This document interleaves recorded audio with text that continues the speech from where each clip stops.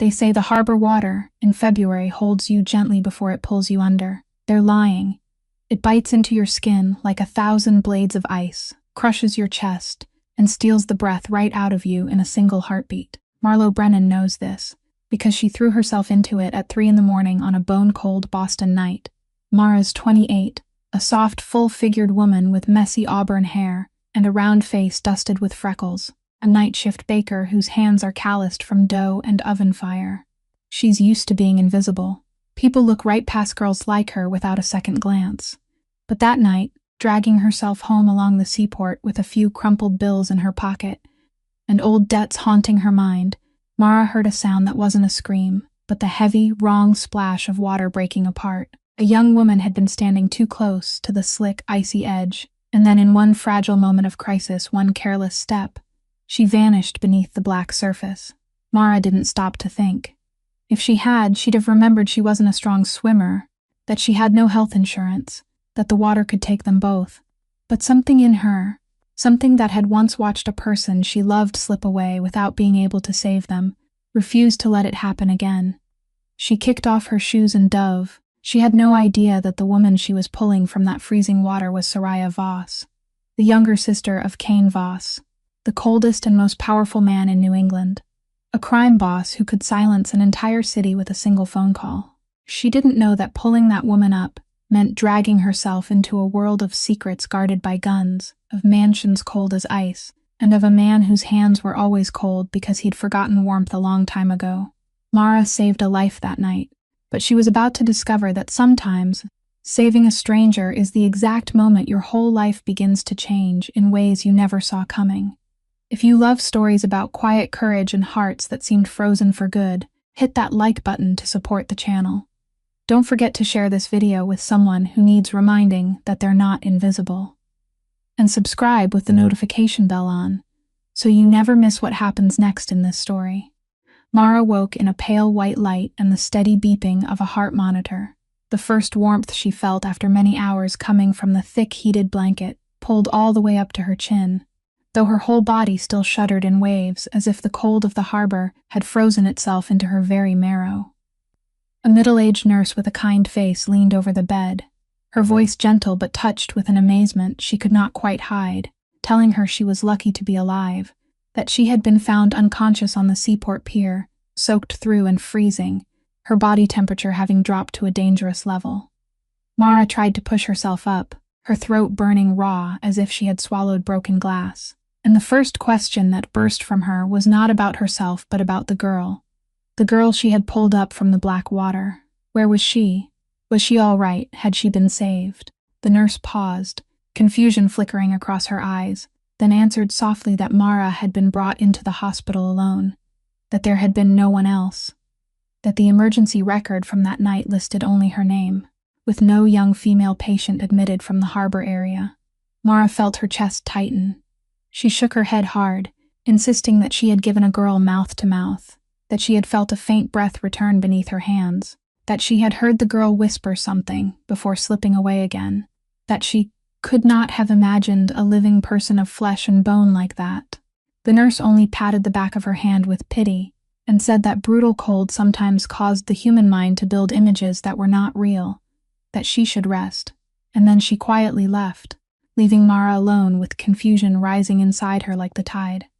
She looked down at her hands, at her scraped red palms, at the fingertips still wrinkled from having been in water too long, and she knew very clearly that she had not imagined anything. She still remembered the weight of the girl's body in her arms, still remembered the sharp, fishy smell of harbor water mixed with the scent of expensive soaked fabric.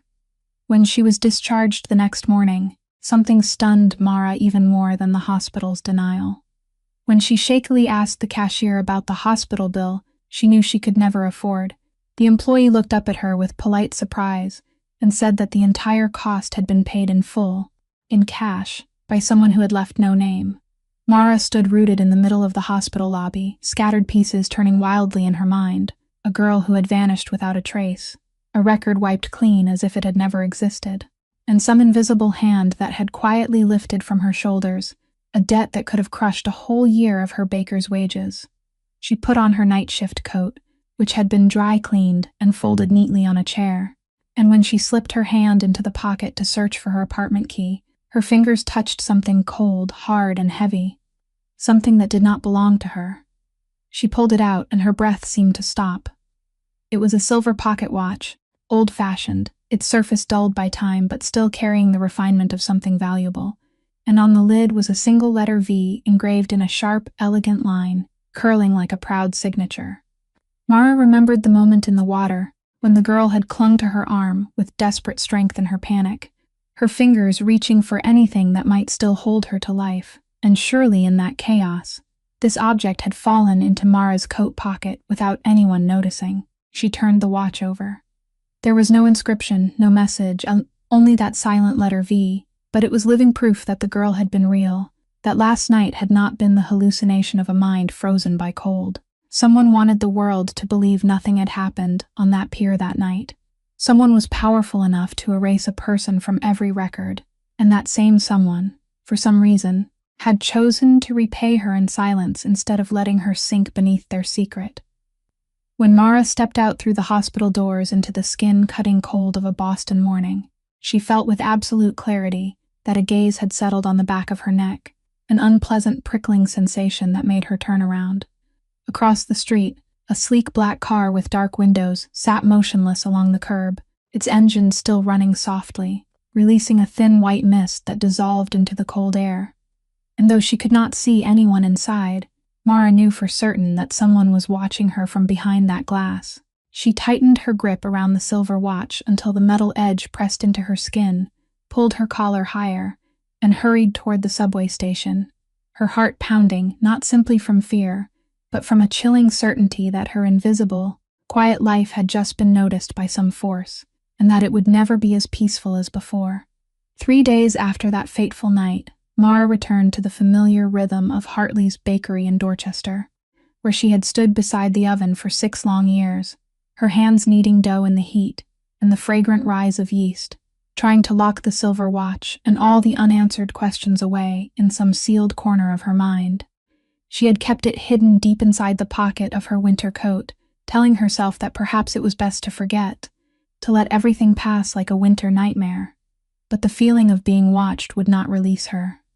It followed her on the way home, lingered outside her apartment hallway, and hovered inside her broken sleep. That morning, while Mara was arranging freshly baked loaves on the glass shelf, the little bell above the bakery door suddenly rang, and at once she felt a change in the air, as if the temperature in the room had just dropped by several degrees. 2 men walked in, and they looked so out of place that every pair of eyes in the shop seemed to freeze, because this was a place of worn coats, work boots, and faces tired from making ends meet, while these 2 wore perfectly tailored black suits, so expensive that one of them probably cost more than a month of her apartment rent. They did not look at the pastry case. They did not ask the price of a single loaf. They only looked straight at Mara, with a calmness that chilled the back of her neck. The man in front, tall, with close-cropped hair touched with silver, and eyes flat with no expression at all, came to the counter and called her by her full name, Marlowe Brennan, in a low, polite voice that was still cold as cooled steel. Mara clenched the hand towel in her palm, trying to keep her voice from shaking as she asked who they were and what they wanted, and the man only dipped his head slightly and answered that their employer wanted to see her, and that it was not an invitation she could refuse. She stepped back half a pace, her back touching the bread rack behind her, stammering that she was in the middle of her shift, that she did not know anyone, like the person they were describing. But the man said calmly that their employer knew very well who she was, knew about the night she had plunged into the freezing water at the seaport pier, knew about what she had pulled from the black water. Those words made the blood in Mara's body seem to turn to ice, because she understood at once that the person behind those dark figures was the one who had erased every trace of the girl, the one who had quietly paid the enormous hospital bill, and now they had found her at her workplace, which meant they had known about her for a long time, had been watching her silently through the past several days. The bakery owner, a heavy-set man who was always slick with sweat, poked his head out through the kitchen window, and the moment he saw the 2 black suits and those stern faces, he quickly withdrew inside, leaving Mara to face them alone, And in that moment she felt her familiar world shrink around her, fragile and powerless. She whispered that she did not want any trouble, that she was only an ordinary baker. And the man answered with a sentence that left her no way out, saying that if she agreed to go with them now, everything would be simple, that their employer only wanted to speak with her and express gratitude, and had no intention of hurting her. Mara glanced through the bakery's grease-streaked window, and outside, a sleek black car just like the one she had seen parked in front of the hospital was waiting along the curb, its engine running smoothly as it breathed white smoke into the freezing morning.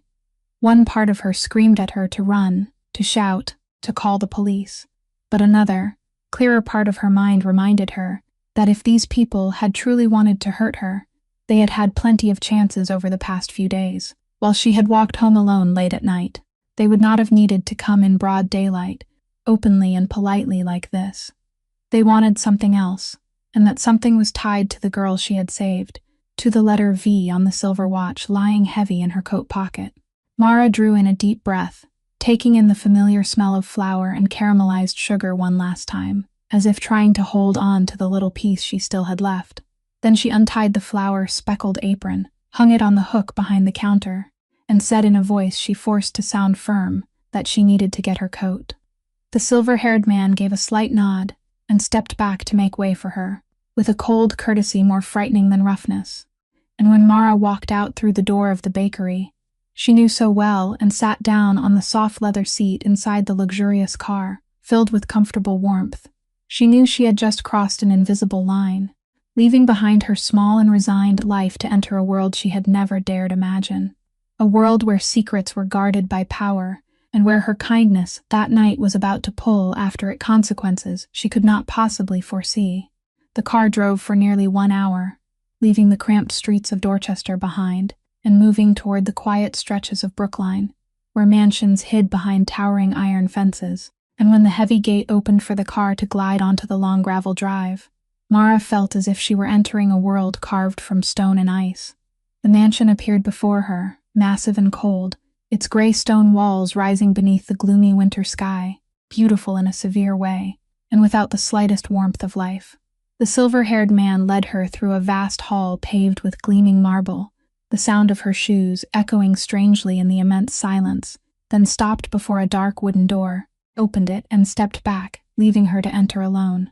Inside was a large study with bookcases rising high along the walls, a stone fireplace crackling in one corner, and standing with his back to her by the window was a tall man with broad shoulders stretched beneath a white shirt. He did not turn around at once, only spoke in a low voice that carried through the room, telling her to sit down, and Mara, though her heart was pounding, remained where she was and answered that she would rather stand. The man turned, and her breath caught slightly, because he had a coldness about him that almost hurt to look at. Short platinum hair, a sharp-edged face shadowed with rough stubble, and steel-gray eyes that looked both exhausted and lit from within by a restrained anger. This was Cain Voss. The man all of Boston knew by name but few dared mention, the boss behind the harbors, and the unnamed flows of money across New England. He looked her over from head to toe with cold scrutiny, then remarked that she was younger than he had expected, and poorer than he had expected, and Mara, fear suddenly giving way to a flare of wounded pride, answered that she earned her living with her own honest hands, unlike some people.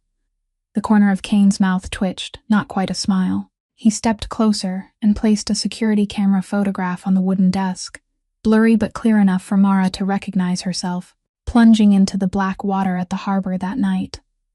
He said his security team had watched the footage countless times, that his sister, Soraya, had gone to the harbor alone during a night of crisis, had stood too close to the slick icy edge and slipped into the water, and that without Mara, the girl would no longer be alive. His voice caught for the briefest moment before the cold mask returned, and he went on to say that since that night, Soraya had barely spoken, barely responded to anyone, not to doctors, not to servants, not even to him. His sister had folded herself into silence like a closed door. But there was one thing she repeated during her rare moments of awareness: the woman at the harbor, the woman who had pulled her from the water. Mara felt her heart sink, and she softly asked how the girl was now. For the first time, Cain's steel gaze softened slightly, and he answered that Soraya was alive, that her body was recovering, but her mind was still lost in some place he could not reach, no matter how much power or money he had. With a bitterness rare enough to be startling, he admitted that he could buy this entire city, but could not buy a single word from his own sister, and that helplessness showed plainly on the face of a man who seemed as if nothing could ever shake him. Mara, though still wary, felt something inside her soften before the rawness of his pain, and suddenly she remembered the watch. After a moment of hesitation, she said she had something that belonged to his sister, that in her panic beneath the water, the girl had clung to her and left something behind. When she pulled the silver pocket watch from her coat pocket and placed it on the desk, showing him the letter V engraved on its lid, Kane's expression changed completely.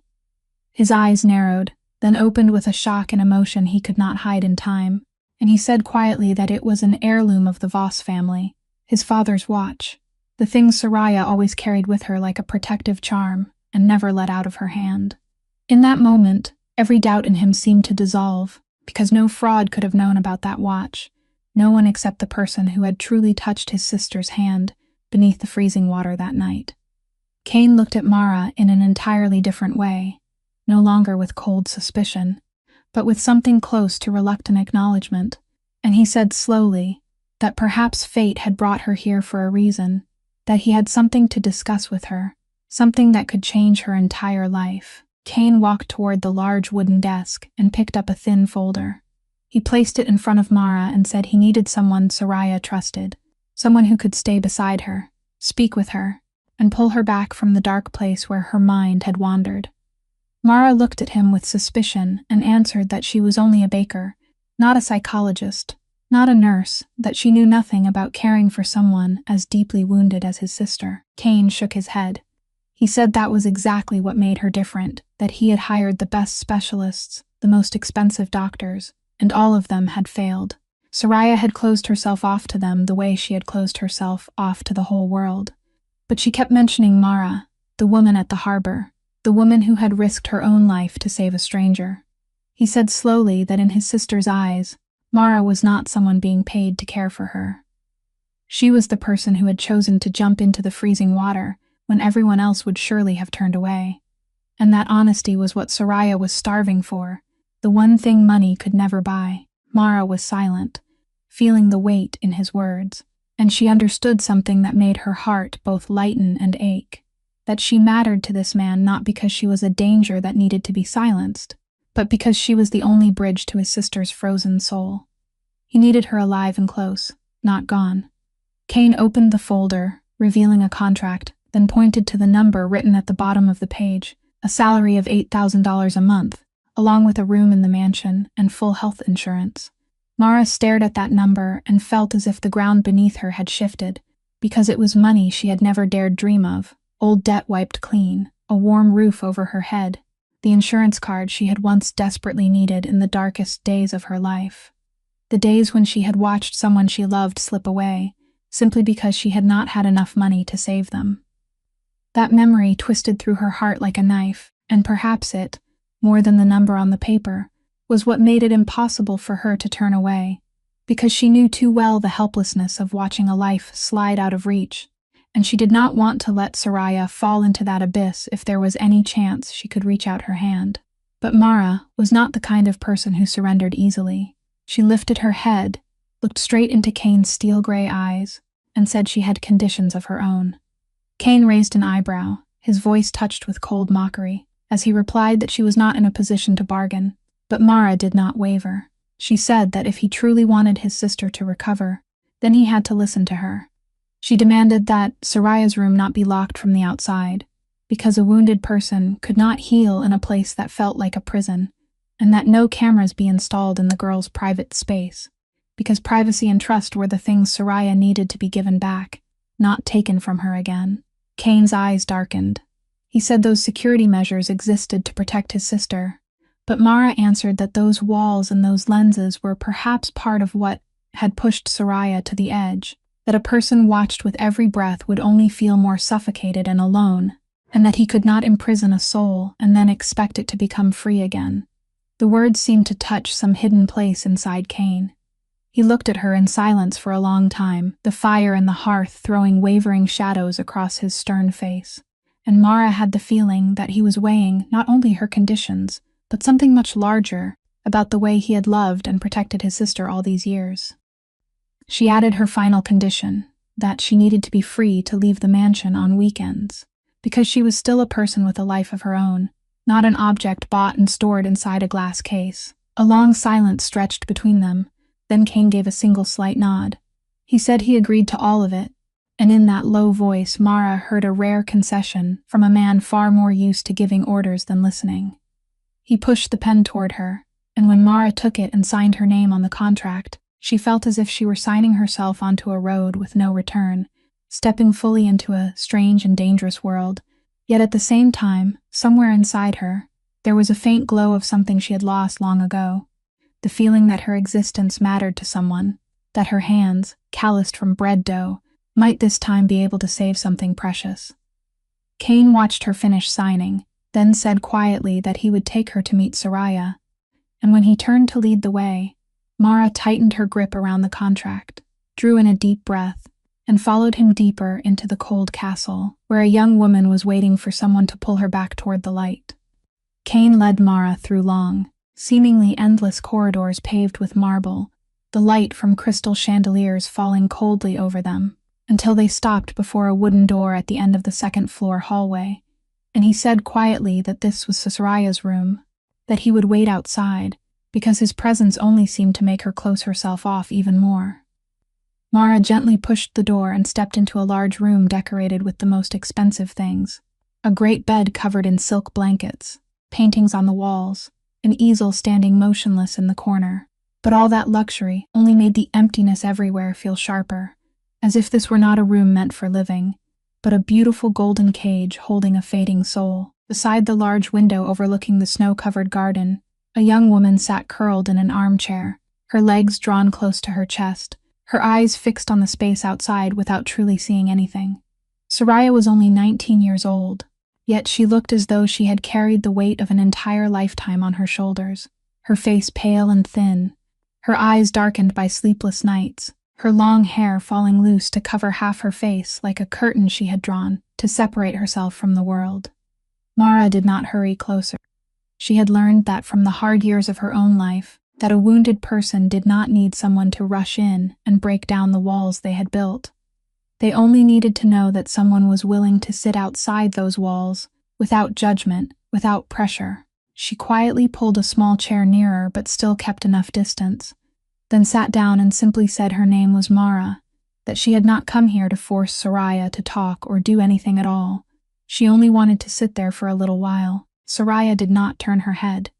She did not answer, but Mara noticed the girl's thin shoulders tighten slightly, and then loosen again, a small sign that she had heard and was weighing the presence of this stranger. The silence stretched between them, but it was not the suffocating silence Mara had felt throughout the mansion. It was a gentler quiet, like the stillness between two people looking out at falling snow. Mara did not try to fill it with hollow comfort. She simply sat there, letting Soraya slowly grow used to the calm warmth of a person who carried no expectations. After a long while, Mara softly said that it was very cold outside, so cold she could still remember the chill sinking all the way into her bones that night, and when she mentioned the night at the harbor, she saw Soraya's hand tighten faintly on the arm of the chair. Mara did not press deeper. She only went on in a soft voice, saying she was glad Soraya was still here, still sitting here to watch the snowfall, because this world would be missing something if she were gone. And then, for the first time since Mara had entered the room, Soraya slowly turned her head. Those tired, guarded eyes looked straight at Mara, searching, suspicious, yet also holding the faintest glimmer of something fragile, like a person sinking beneath water seeing light above the surface for the first time. The girl looked at Mara for a long while, then in a hoarse, dry voice that sounded as if it had not been used in a long time, she whispered a single sentence, asking whether Mara was the person in the water that day. Mara felt her chest tighten with emotion. She nodded gently and answered that yes, it was her, that she had been there, and that she would always be glad she had been there. Soraya's eyes filled with tears, her lips trembling as if she wanted to say something more, and then stopped herself. She turned back toward the window, but this time she did not pull the curtain of hair over her face again, and Mara understood that it was a silent permission, a door opened by only the narrowest crack. Mara said nothing more. She simply sat there with Soraya as the late afternoon light slowly faded over the white garden. Two strange women connected by one freezing night and by the fragile thread of trust just beginning to form. Outside the door, Kane stood silent in the darkness of the hallway. Through the narrow crack, he had heard his sister's voice, the voice he had longed to hear for so many weeks, and something inside the chest of that steel man quietly cracked, because he realized that the ordinary baker had done in one afternoon what all his power and money had failed to do for weeks. She had made Soraya willing to speak, willing to turn toward another human being, willing to let one ray of light enter the dark room of her soul. That night, after the mansion had sunk into a deep stillness, and the servants had withdrawn to their rooms, Mara could not sleep in the unfamiliar bedroom beside Soraya's, and when she stepped into the hallway to look for a cup of warm water, she heard a faint sound coming from the girl's room, the restless shifting of a body and the broken, hurried breaths of someone struggling against wordless nightmares. Mara knocked softly, then pushed the door open and saw Soraya sitting upright in bed, both arms wrapped tightly around her knees, her eyes wide and vacant as she stared into the darkness, as if she were sinking once more into the freezing water of that night. Instead of asking questions or offering hollow comfort, Mara only held out her hand and said she knew a place warmer than this room, a place she always went whenever her mind was tangled and unable to rest, and she invited Soraya to come with her. The girl hesitated for a moment, but perhaps because there was no pressure at all in Mara's gentle voice, she slowly placed her thin hand into that warm, calloused palm and allowed herself to be led away. Mara took Soraya down to the great kitchen of the mansion, a space of cold steel and stone that she had quietly explored earlier that afternoon, and she turned on the oven, took out flour, yeast, salt, and water, then laid everything on the large wooden table in the middle of the kitchen. Soraya stood close by, confused as she watched the other woman work, and Mara smiled and said she would teach her how to make bread, that this was what her hands had done thousands of times over the past 6 years, and that there was a strange kind of magic in kneading dough that she had never found anywhere else. She poured the flour onto the table, dusted the surface lightly, then took Soraya's hands and placed them on the soft, warm dough, guiding the girl to press down with the heels of her palms, fold the dough over, turn it, then press down again, a steady and enduring rhythm. At first, Soraya's fingers were clumsy and hesitant, but little by little, with the repeated motion of kneading, Mara saw the tightness in the girl's shoulders begin to loosen, her rushed breathing become more even, and that vacant gaze slowly focus on the dough changing beneath her hands. Mara said softly that when the girl kneaded dough, she could not think about anything else, could not sink into the dark thoughts that kept twisting through her mind, because her hands were busy and her mind had to follow every movement, and that was exactly how this work had saved Mara herself through so many of the darkest long nights of her life. Soraya did not answer, but she kneaded more and more intently, as if pouring all the storms inside her into that lump of dough, and when warmth from the oven began to spread through the kitchen, along with the gentle scent of rising yeast, Mara noticed a small miracle taking place. Color slowly returned to the girl's pale cheeks, and for the first time, the corner of her mouth curved into a tired but genuine smile. Mara taught her how to let the dough rise, how to wait patiently for quiet life to grow beneath a damp cloth, and she said that baking taught people a lesson about patience and hope, that sometimes we had to wait in the dark before something beautiful and warm could take shape. Soraya lifted her eyes to Mara, and in a soft, uncertain voice, she confessed that this was the first time in a very long while that her mind had felt peaceful, without the chaotic noise screaming inside it. Mara gently squeezed the girl's shoulder and said that peace was always there waiting for her, that whenever the waves inside her began to rise, she only needed to find something that kept her hands busy, some small and honest task, and the world would slowly become gentler. What neither of the two women knew was that at the kitchen threshold, hidden in the darkness, Kane Voss stood silently watching. He had woken and followed the smell of baking bread and the warm light spilling from the kitchen that was usually so cold, and now he stood there, watching his sister, the girl he had feared was lost forever to silence, smiling beside a lump of dough, her hands dusted white with flour, and her face touched by life for the first time in many weeks.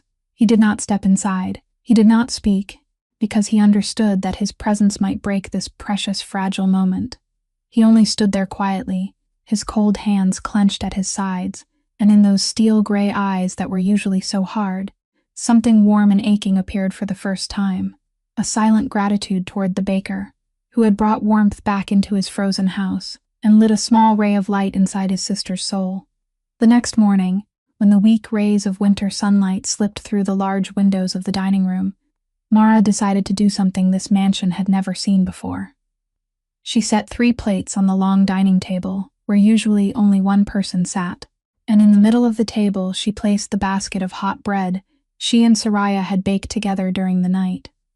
Its golden crust still giving off warmth and its rich fragrance spreading through the room that had always felt so cold. When Cain walked in with his usual stern expression, he stopped short at the sight of his sister sitting at the dining table, something that had not happened for many weeks since the incident, and Mara only smiled and pulled out a chair, inviting him to sit across from Soraya instead of at the distant head of the table as he always did. Breakfast began in an awkward silence. Cain ate mechanically and cautiously, sometimes glancing at his sister, as if afraid that one wrong word could make her retreat back into herself, while Soraya lowered her head and tore her bread into small pieces. But Mara noticed that the girl was eating, truly eating, the very thing the servants had complained they could never manage to make her do. Mara gently broke the silence with simple little stories about baking, about the time she burned an entire batch of cookies because she fell asleep beside the oven at dawn, and the soft laugh that slipped from Soraya made the whole room seem warmer, made Cain's eyes widen slightly with surprise. Then, encouraged by the rare warmth in the air and by Mara's steady presence beside her, Soraya set down the piece of bread, and in a voice that was quiet but firmer than anything she had said before, she lifted her eyes to her brother and told him she needed him to listen to her, truly listen. Cain set down his knife and fork, his whole body tightening with caution, and Soraya continued, her eyes bright with tears but her voice not trembling at all. She said that for all these years, he had locked her inside these walls in the name of protecting her, had surrounded her with guards, cameras, and locked doors, until she no longer felt like a person, but only a precious possession that had to be stored inside a safe. She said she understood that he had done all of it because he was afraid of losing her, because after their parents died, he had turned himself into a shield for her. But that suffocating love had slowly strangled her, had made her feel lonelier than ever, in the middle of a castle full of people, had driven her to that night when she wandered alone to the harbor, just so she could breathe air that was not watched, not controlled, just so she could feel that she still existed. Every word from Soraya cut into Cain like a cold knife. The steelman's face went pale, and his hands, always so cold and steady, gripped the edge of the table until his knuckles turned white, because he had never imagined that the walls he had built to protect her were the very things imprisoning his sister, that his fear of losing her had unknowingly pushed her farther away. He opened his mouth as if to say something, perhaps an excuse, perhaps a denial, but then he closed it again, because beneath his sister's honest and wounded gaze, every word became hollow. Mara sat quietly beside them. She did not step into the conversation between brother and sister, only placed one warm hand over Soraya's as an anchor, a silent acknowledgement that the girl had the right to speak her truth, had the right to be heard. She softly told Cain that sometimes what makes a person safe is not high walls or strong locks, but the feeling of being trusted, of being respected as a human being with longings and pain of her own. That Soraya did not need a golden cage. She needed a home where she was allowed to breathe. Cain looked at Mara, then at his sister, and in that moment something in his unshakable hardness seemed to crack. He slowly nodded and said in a low, hoarse voice, rare in its emotion, that he was sorry, that he had never wanted her to feel imprisoned, that he had simply been too terrified of losing the only family he had left. It was the first time Soraya had ever heard her brother speak the words "I'm sorry," and tears spilled from the girl's eyes, not because of pain, but because something inside her had just been loosened, a knot that had been pulled tight for years, finally beginning to come undone. Mara looked at the two of them, her heart filling with quiet emotion, because she understood that true healing did not lie only in pulling someone out of freezing water, but also in helping them break the invisible walls that had held their hearts captive for so long. And for the first time since she had stepped into this cold mansion, she felt that this place had begun to hold a little of the warmth of a real home. In the days that followed, a new habit slowly formed inside the mansion that had once been so cold. Every morning, Mara and Soraya went down to the kitchen to bake bread. Every afternoon, the two of them sat by the window talking or quietly watching the snow, and little by little, Mara noticed the girl returning to life, her eyes brighter, her voice steadier, smiles appearing more often. But precisely because she was closer to Soraya than anyone else, Mara also began to notice things other people overlooked, and one of them was the strange change in the girl's condition every evening. She realized that although Soraya was far more alert and lively during the day, every night, after taking the dose of medicine the servant brought upstairs, the girl would fall into a dull state of exhaustion, her eyes turning vacant and lifeless, her mind moving slowly as if sinking into fog, and sometimes she would murmur disconnected things or tremble for no clear reason. At first, Mara thought it was only an ordinary side effect of a sedative, but the instinct of someone who had spent years caring for sick family members told her that something was wrong, because Soraya's reaction to the medicine seemed far too severe for a normal treatment meant to help someone stabilize and recover. One evening, while helping Soraya get ready for bed, Mara noticed the blister pack of pills on the nightstand, and she picked it up to examine it, worry and curiosity rising together inside her. She was not a doctor, but the years she had spent sitting at the bedside of someone she loved had taught her how to read medicine labels, how to recognize the names of certain drugs and dosages. And when she looked closely at the blister pack and the instructions that came with it, a cold feeling climbed up her spine. The dosage printed on the pack was far higher than what she knew was usual for someone in Soraya's condition, and beside it was another pill she did not recognize, one that did not match anything written on the prescription sheet she had once glimpsed tucked inside the girl's file. Mara carefully memorized the names of the medications, and that night, after Soraya had fallen into a heavy sleep, she quietly searched on her old phone, and what she read only made her suspicion grow. The combination of these medications, along with the unusually high dosage, according to what she found, did not seem to help a person recover, but could instead make them increasingly dependent, foggy, disoriented, and emotionally weakened, as if someone did not want Soraya to get better, but wanted to keep her forever fragile and reliant on others. Mara remembered that all of Soraya's medications were prescribed and supervised by the family's private psychiatrist, a woman named Adelaide Quinn. The calm, polished doctor who came to the mansion every week, the person the entire Voss household trusted completely and had fully entrusted with the girl's mental care. A cold suspicion began taking shape in Mara's mind, because if this medication was truly a problem, then it could not be an innocent mistake. An experienced psychiatrist could not possibly get something so basic wrong, and the only person with complete control over what Soraya put into her body every night was Dr. Quinn. But Mara was also clear-headed enough to know that she had no real evidence in her hands, only a blister pack of pills, an instinct, and a few hurried lines of information found online. And accusing a doctor who was absolutely trusted by this powerful family would be extremely dangerous. If she spoke without proof, people could say she was only a meddling baker overstepping her place, and she could be thrown out of this house, leaving Soraya alone to face the danger Mara had just begun to glimpse.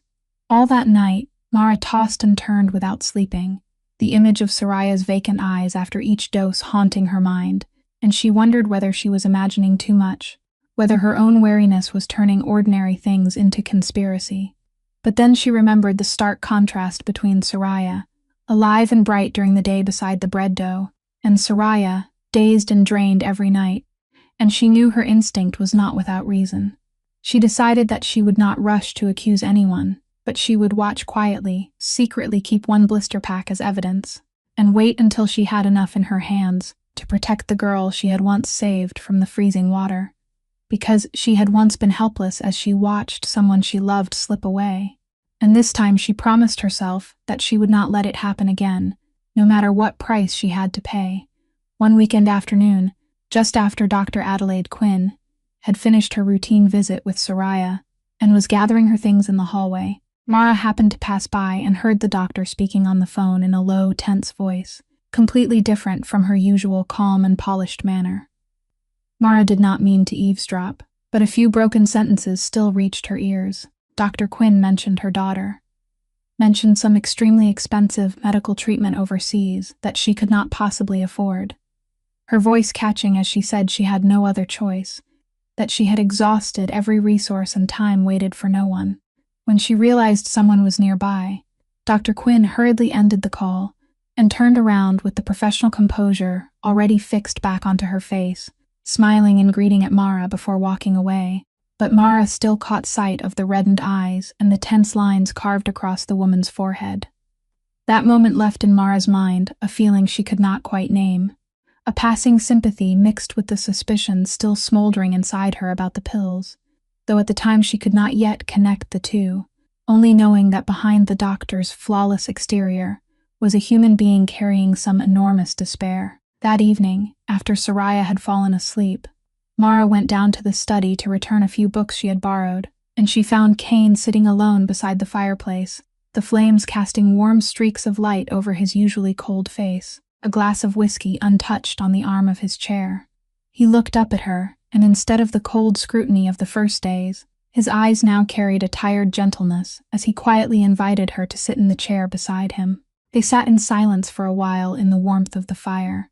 Then Kane slowly spoke, saying he had never properly thanked her, not because of the money or the contract, but because of what she had brought into this house, because of Soraya's laughter, which he had thought he would never hear again.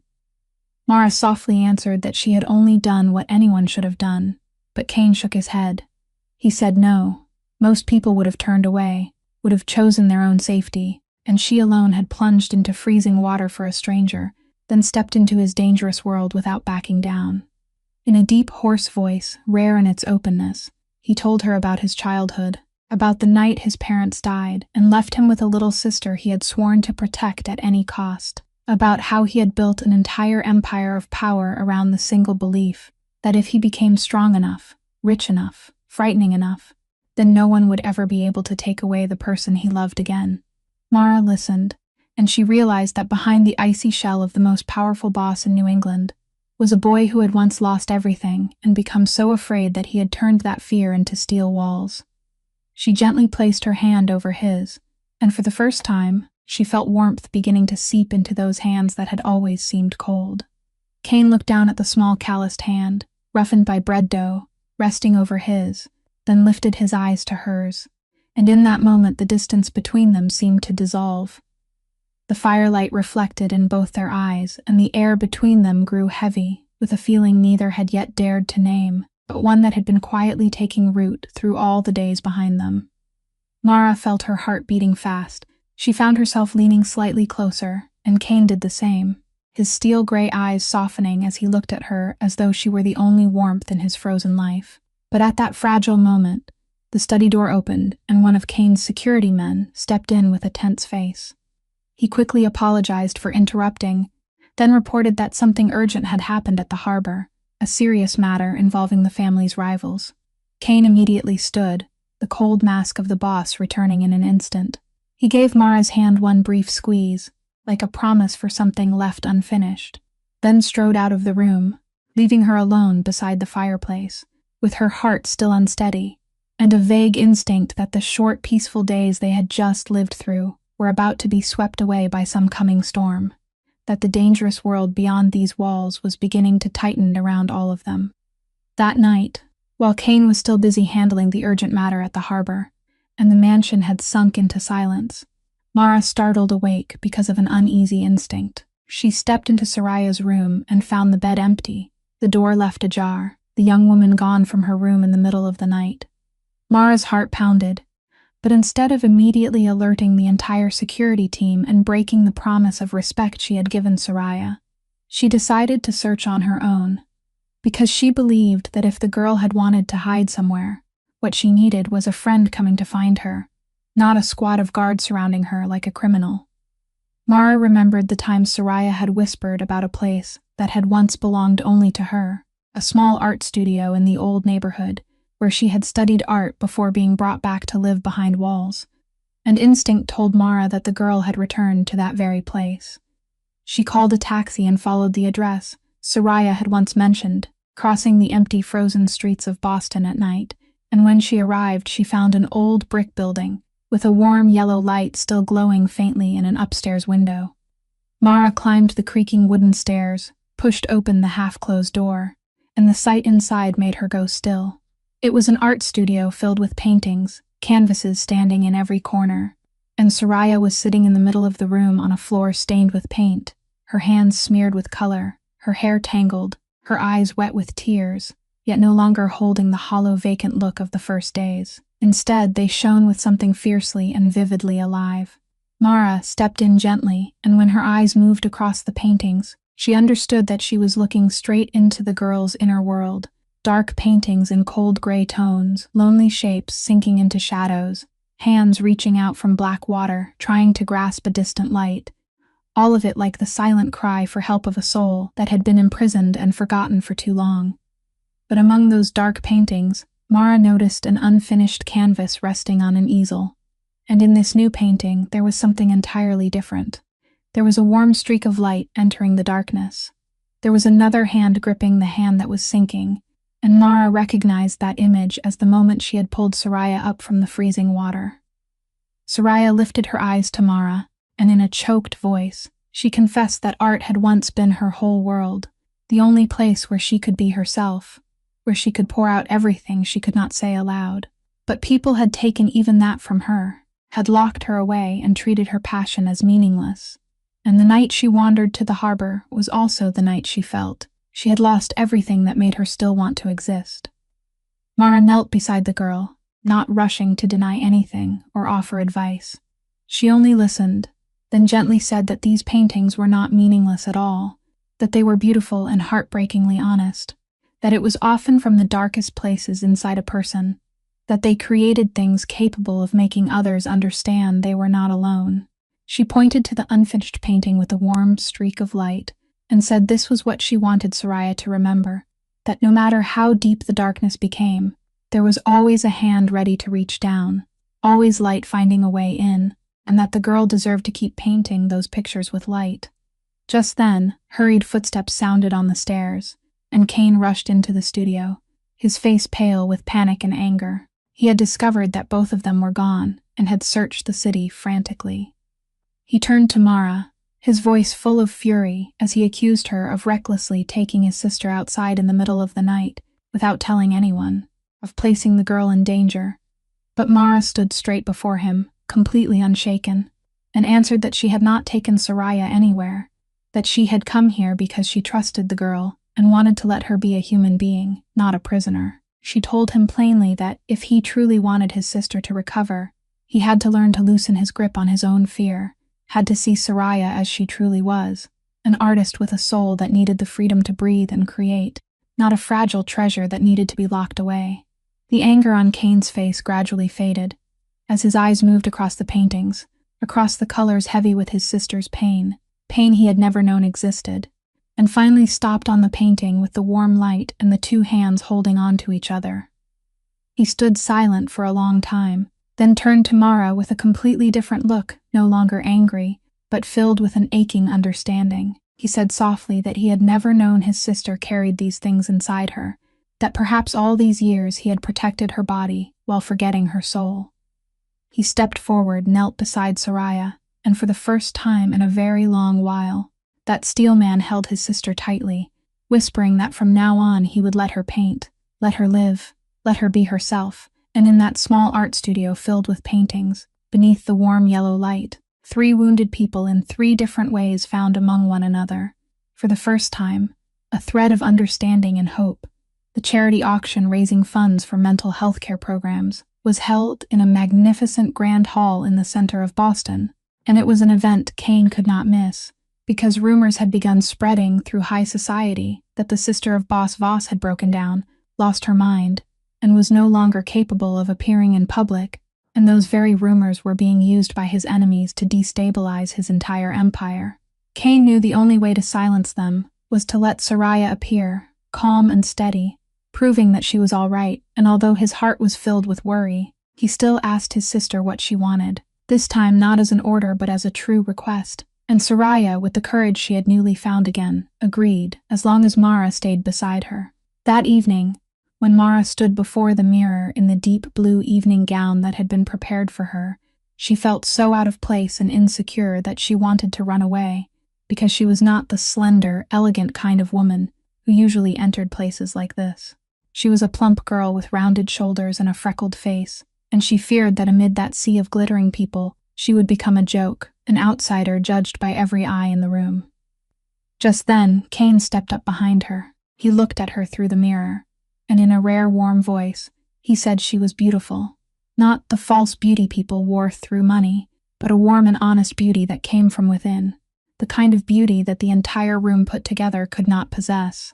He said a person's worth did not lie in the shape of their body or the expensive clothes they wore, but in what they had done, and that she, the woman who had not hesitated to plunge into freezing water for the life of a stranger, carried a worth no diamond in that hall could match. Those words poured a strange warmth into Mara's heart. She lifted her head, and for the first time in her life, she entered a place so luxurious without lowering her face to hide. The auction moved through glittering crystal light and polite conversation. Soraya held Mara's hand tightly, and the steady presence of the baker beside her helped the young woman remain calm before hundreds of curious and searching eyes. But as the night deepened, the crowd slowly parted, and an older man with neatly combed silver hair and a courteous but cold smile approached. It was Donato Ferro, the man Mara had heard mentioned as the greatest rival of the Voss family, the one who had long hungered to swallow the port system Kane controlled.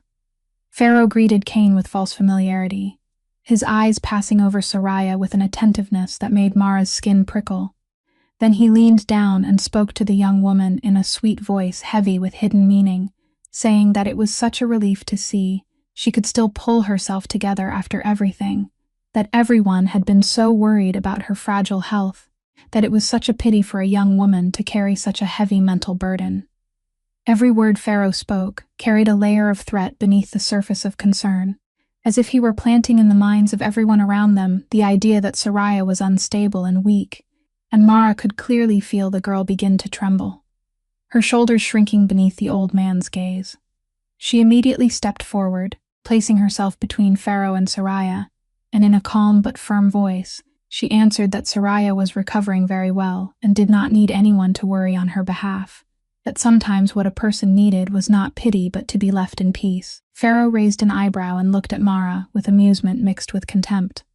He asked who she was to dare speak, and Kane stepped forward, placing one hand on Mara's shoulder in a gesture heavy with protective meaning. In a voice cold as ice, he answered that she was one of his family, and that Ferro should be careful with every word he chose to say. The air between the two powerful men tightened like a stretched string for one moment, the social smiles still resting on their lips while their eyes held naked confrontation. Then Ferro let out a soft laugh and lifted a hand as if yielding. He said he had only come to express concern, then turned and left with his entourage, but before disappearing completely, he looked back and cast Mara a sharp, calculating stare, a look that made her understand she had just entered the sights of a dangerous man. Once Ferro had gone, Kane gently tightened his hand on Mara's shoulder, and said quietly that they needed to leave soon, that Ferro's appearance tonight was not a coincidence but a silent declaration of war, and that his enemy had scented the weakness they could exploit, Soraya herself. Mara held the trembling young woman close, a cold unease rising in her chest, because she was beginning to feel that the troubling medication, Ferro's calculating gaze, and the desperation of Dr. Quinn she had once accidentally witnessed might be pieces of some dark picture slowly coming into view, a conspiracy aimed straight at the girl Mara had sworn to protect at any cost. After the auction, the suspicion inside Mara burned more fiercely than ever, and she decided she could not wait any longer. She began quietly paying closer attention every time Dr. Quinn came to the mansion, discreetly watching every movement the woman made whenever she brought Soraya's medication. One evening, when Soraya suddenly fell into a violent panic after a day that had otherwise been very peaceful, the girl trembled and clutched her head, her breathing rushed and broken, her eyes wide and vacant as if she were sinking back into dark memories, and Mara, who was always beside her, immediately held her, gently reminding her to breathe slowly, reminding her that she was safe, that she was here, in the warm room, not beneath the freezing water. Just as Mara was soothing the girl, Dr. Quinn hurried in with a small syringe and an unfamiliar pill in her hand, saying in an urgent voice that Soraya needed medication right away to calm her. But something in that haste, in the doctor's evasive eyes, made Mara suddenly become fiercely alert. She looked at the pill in Dr. Quinn's hand and recognized at once that it was not Soraya's usual medication. It was a different color, a different shape. An instinct told Mara that this was the very thing she had suspected for so long. The thing that had left the girl dazed and drained every night. Mara immediately stepped between Dr. Quinn and Soraya, gripped the woman's arm tightly, and asked her directly what the medicine was, why it was different from the pills before. And when Dr. Quinn stammered and tried to circle around the truth by saying it was only an emergency dose, Mara had already snatched the pill from her hand and clenched it in her palm like undeniable evidence. Dr. Quinn's face turned pale, her eyes flashing with the panic of someone caught in the act, and that reaction confirmed every suspicion in Mara's heart. She looked straight into the woman's eyes and said in a voice shaking with anger that she knew, that she had kept the blister pack, that she knew what people were putting into Soraya's body was not helping the girl get better, but slowly dragging her under. In that cornered moment, Dr. Quinn's cold professionalism collapsed.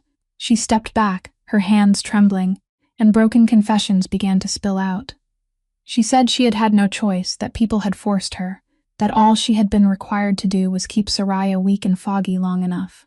Mara tightened her grip and asked who was behind it, and the name that came from Dr. Quinn's mouth made the blood in her body seem to freeze. It was Donato Ferro. The dark pieces finally locked together into a clear and chilling picture inside Mara's mind. Dr. Quinn choked out an explanation, saying that according to the terms of the Voss family trust, if Soraya were declared by a medical board to be legally incapacitated, no longer clear-minded enough to make decisions for herself, then control of her vast assets, including her shares in the port system, would be transferred to a management board, where Ferro had quietly planted his own people. That vicious scheme was not meant to kill Soraya, but to turn her into a weak, foggy, broken puppet, then use that very condition as proof to strip away all her rights and strangle Kane's empire, from within without firing a single shot. Mara understood that the night she had saved Soraya at the harbor had likely been part of this cruel plan as well, that the enemy had wanted to exploit the girl's crisis to push everything further, and that now, with Soraya slowly recovering because of Mara, they were being forced to act quickly before the girl became clear enough to expose everything. There was no more time to hesitate. Mara knew the mansion was no longer safe, that Dr. Quinn might not be the only person Ferro had bought within the circle surrounding them, and the instinct to protect rose powerfully inside her. She looked at Dr. Quinn. The woman collapsed into a chair with a tear-soaked face and the torn anguish of someone driven to the edge, and although Mara's heart was tangled with emotion, she knew this was not the time. She turned and held Soraya, who was still panicking, then said gently but firmly that they had to leave at once, that she needed Soraya to trust her one more time. She helped the girl out of the room, her heart pounding with worry, urgently searching for a way to warn Kane and take Soraya somewhere safe. But the moment they stepped into the dark hallway, Mara suddenly realized that their footsteps were echoing through an unnatural stillness, that the mansion tonight was terrifyingly quiet, and a cold instinct told her they might already be one step too late, that the storm she had feared for so long had finally arrived at their door. Mara helped Soraya along the dark hallway, but she had only just managed to guide the girl into a hidden corner behind the doorway, when she heard Dr. Quinn's choked voice coming from the room at the end of the hall.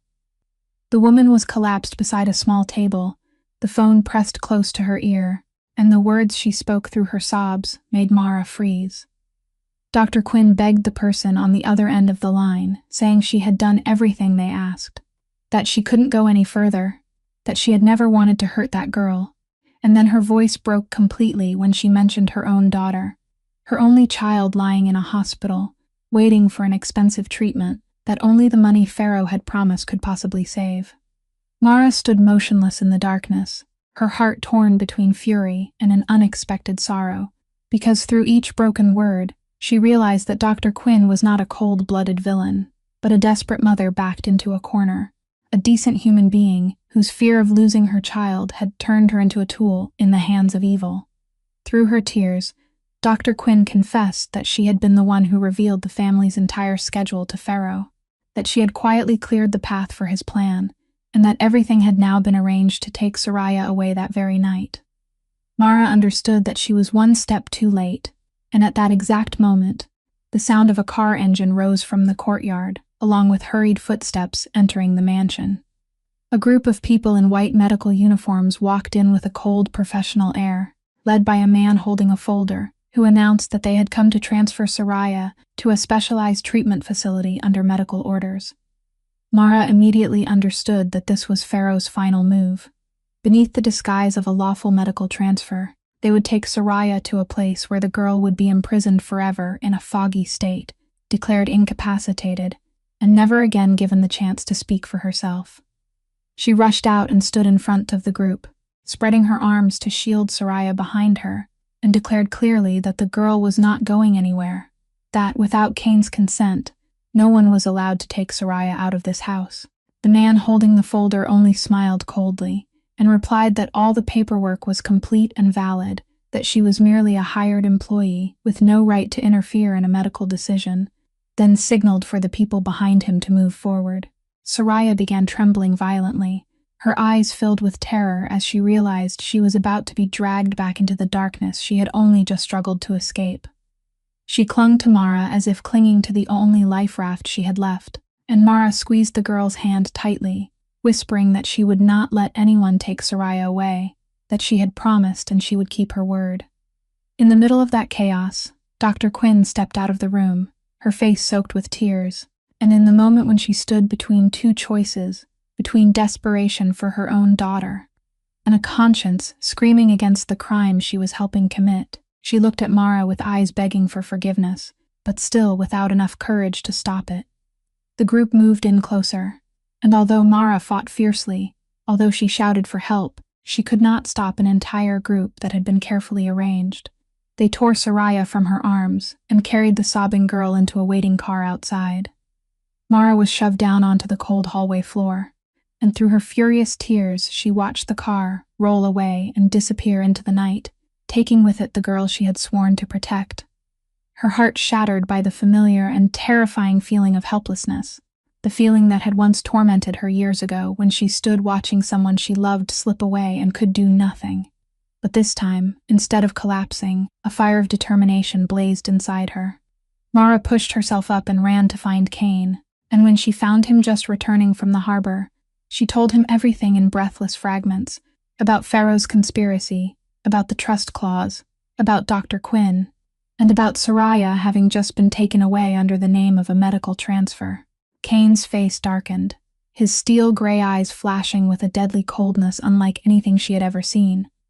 But when Mara mentioned Dr. Quinn and the woman's gravely ill daughter, something complicated passed through his gaze, because both he and Mara understood that the true enemy was not that desperate woman, but Pharaoh, the man who had exploited the most sacred love of a mother to turn a decent person into a pawn in his cruel game. Kane gripped Mara's hand tightly, and in a deep voice filled with ringing resolve, he said they had to leave immediately, that he knew exactly where Pharaoh would take his sister, and that this time he would not let his enemy steal the last person he loved again. Kane rushed out of the mansion with Mara close behind him. He drove the armored car himself, speeding into the freezing Boston night, his always cold hands gripping the steering wheel so tightly that his knuckles turned white, and in the flashes of streetlight sweeping across his face, Mara saw a mixture of a brother's fear and the deadly coldness of a boss about to face the greatest enemy of his life.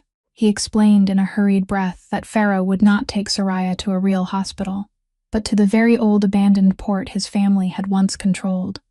A quiet place hidden from sight, because his enemy wanted to stage a perfect performance, the unfortunate accident of a mentally unstable young woman, to close everything cleanly and leave no trace behind.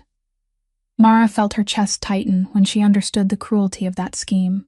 They intended to take Soraya back to the very place where she had nearly lost her life, to turn her pain into a reasonable story that would hide their crime, and it hurt Mara even more because it reflected the fateful night when she had first pulled Soraya from the black water. The car turned onto the road leading to the harbor, where old warehouses stood motionless like ghosts in the fog, the dark water of the bay stretching coldly beneath the dim moonlight.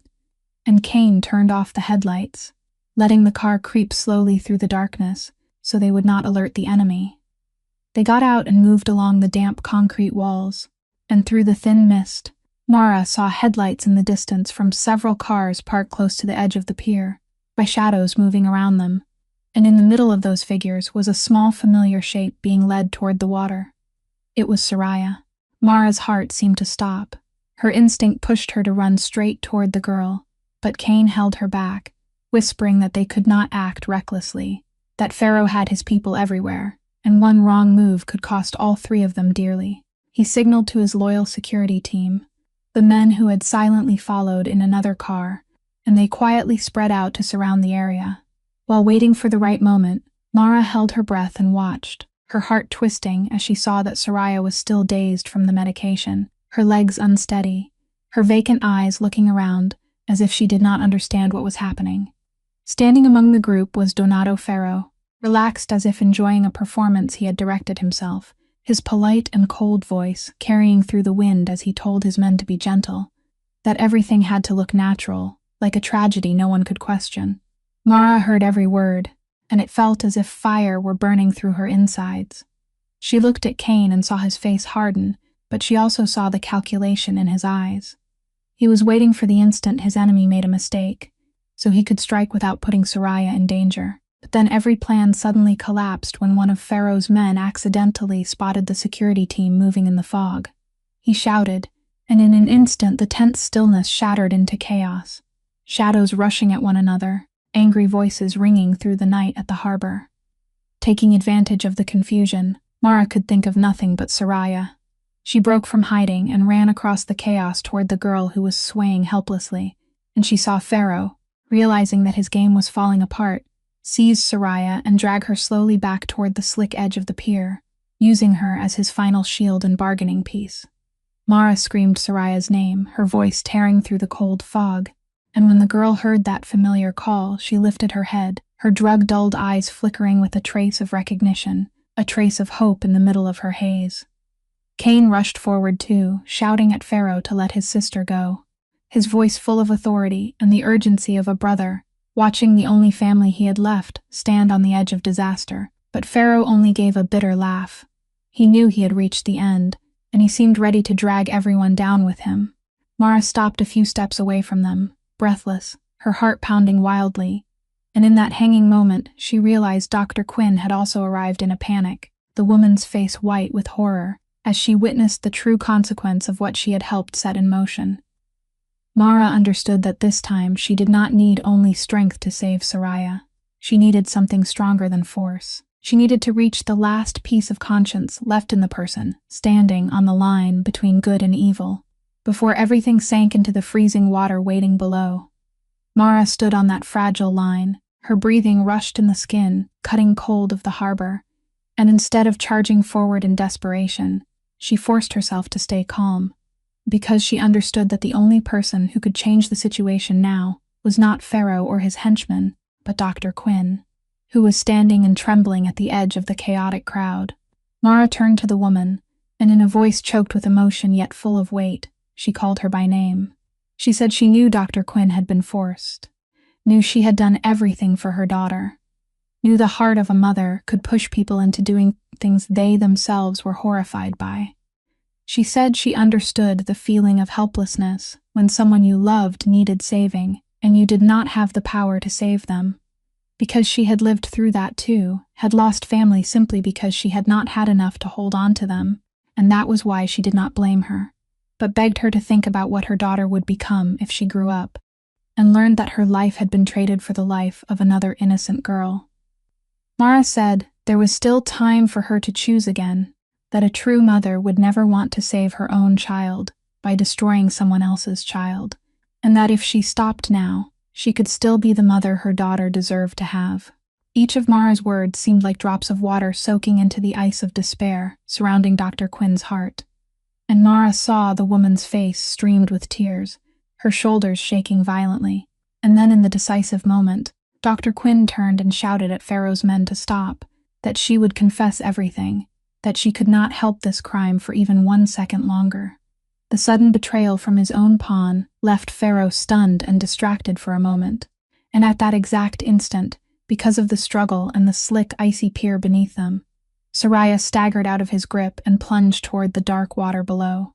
The sound of the water breaking open was heavy and cold, exactly the sound that had haunted Mara for so many weeks, and without 1 second of hesitation, without a single thought for the danger to herself, Mara rushed to the edge of the pier and threw herself into the freezing water once again, just as she had on that first fateful night. The cold struck like thousands of blades, slicing into her skin, squeezing the breath from her chest, but this time there was no fear in her heart, only a fierce determination. She drove her arms through the dark water, searching until she touched Soraya's limp arm as the girl sank lower, and she wrapped her arms tightly around her, gathering every last ounce of strength to kick upward toward the surface. The two of them broke through the water, Mara gasping for the bitter cold air, one arm holding Soraya firmly against her chest, her mouth whispering again and again that the girl should hold on to her, that she was here, that she would never let go. On the pier, Cain had used the moment of Pharaoh's confusion to charge forward and overpower him. He slammed his enemy down onto the harbor ground and pinned him there with all the strength of a brother who had almost lost his sister. But even in that moment of absolute rage, he did not cross the final line. He only held Pharaoh down until the sound of sirens tore through the night and the red and blue lights of police cars flooded the harbor. It turned out Cain had already had someone alert the authorities, and now law enforcement swept in, handcuffing Pharaoh and his men, while Dr. Quinn stood silently amid it all, tears in her eyes but her gaze lighter, like someone who had finally set down the burden of guilt and was ready to face the consequences. Cain rushed to the edge of the water. He dropped to his knees and reached out to pull Mara and Soraya onto the pier, and when all three of them sat soaked and shivering together on the freezing harbor ground, he wrapped both of them in his arms, his hands, once always cold, trembling now not from the cold but from emotion breaking open inside him.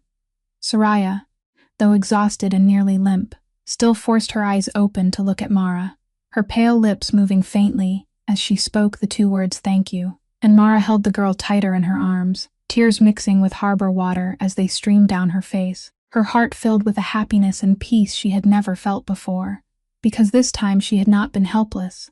This time she had reached out in time, and this time the person she had tried to save had stayed. 6 months passed, and summer had spread warm golden sunlight over the Boston streets that had once been covered in ice. On a peaceful corner in Dorchester, a lovely little bakery named The Light had opened its doors, a place where the smell of fresh bread and fragrant cinnamon drifted out every morning, making passers-by stop and step inside. It was Mara's bakery, a dream she had never dared to dream, quietly funded by Cain, but left entirely in her hands to build with the calloused fingers of a woman who loved her craft.